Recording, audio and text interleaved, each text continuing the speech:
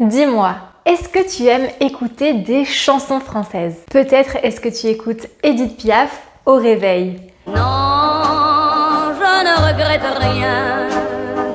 Céline Dion sous la douche? Et Zaz au petit déjeuner? Je veux de l'amour, de la joie, de la bonne humeur. Si c'est le cas, tu te demandes peut-être pourquoi est-ce que je ne progresse pas en français alors que j'écoute tout le temps des chansons françaises? La réponse est simple, écouter des chansons françaises, ce n'est pas suffisant pour t'améliorer en français. Je vais te donner un exemple. Moi, j'écoute des chansons coréennes depuis longtemps. J'adore ça. Je suis fan de leurs chansons et ça fait des années que je les écoute. Pourtant, je ne parle pas coréen. Et peut-être es-tu exactement dans cette situation avec le français. Quand j'écoute des chansons coréennes, j'ai une attitude passive et non pas active. Et ça change tout dans l'apprentissage d'une langue. Alors oui, je pourrais tout à fait apprendre le coréen en écoutant des chansons coréennes. Mais pour ça, il faudrait que je passe d'un état passif à l'état actif.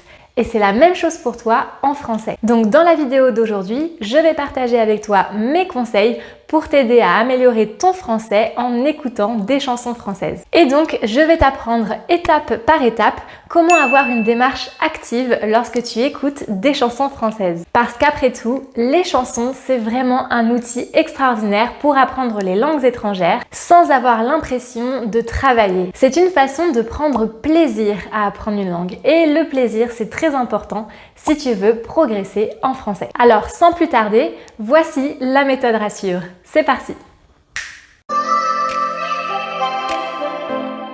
Pour commencer, tu vas choisir une chanson que tu aimes en français. Tu vas la chercher sur YouTube ou sur Spotify par exemple. Pour l'exemple ici, on va prendre la chanson La vie en rose d'Édith Piaf. Ensuite, tu vas trouver les paroles de cette chanson sur Internet. Donc, je vais aller sur Google et je vais taper paroles La vie en rose pour pouvoir trouver les paroles de la chanson.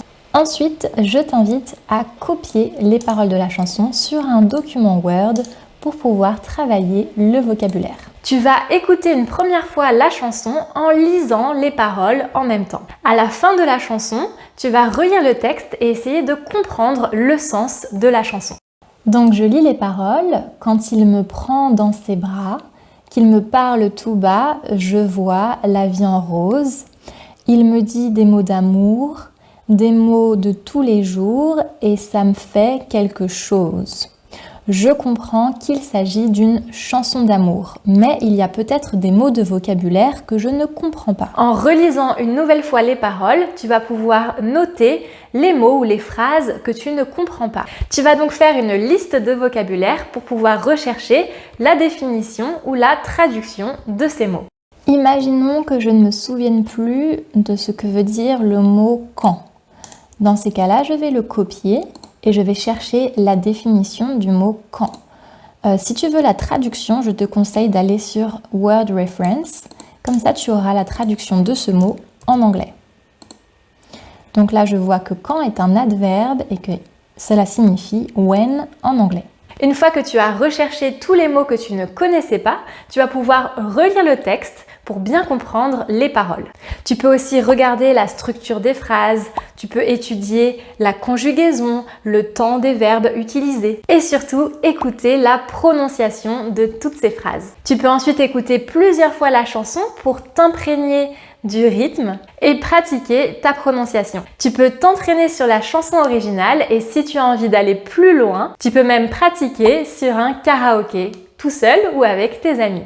Tu peux rechercher La vie en rose karaoké et ensuite tu peux t'amuser à essayer les différentes vidéos pour faire le karaoké en français. Cette méthode est vraiment super, que ce soit pour améliorer ta prononciation ou apprendre du vocabulaire ou des expressions françaises. De cette manière, tu vas pouvoir améliorer ton français sans avoir l'impression de travailler. Quoi de mieux que de prendre plaisir à apprendre une langue pour progresser le plus rapidement possible. En fonction de ton niveau, tu vas pouvoir choisir des chansons plus ou moins difficiles. Mais si tu débutes en français, je te conseille de commencer par des chansons qui sont faciles à chanter. C'est-à-dire des chansons qui ont un rythme plutôt calme et surtout des refrains qui se répètent. Par exemple, la chanson que je conseille à tous mes élèves, c'est la chanson Aux Champs-Élysées de Joe Dassin. Il y a tout ce que vous voulez aux Champs-Élysées. J'ai d'ailleurs fait une vidéo où je t'explique les paroles de la chanson. Je te conseille également la chanson J'ai demandé à la lune pour pouvoir pratiquer le son U en français. J'ai demandé à la lune et le soleil ne le sait pas.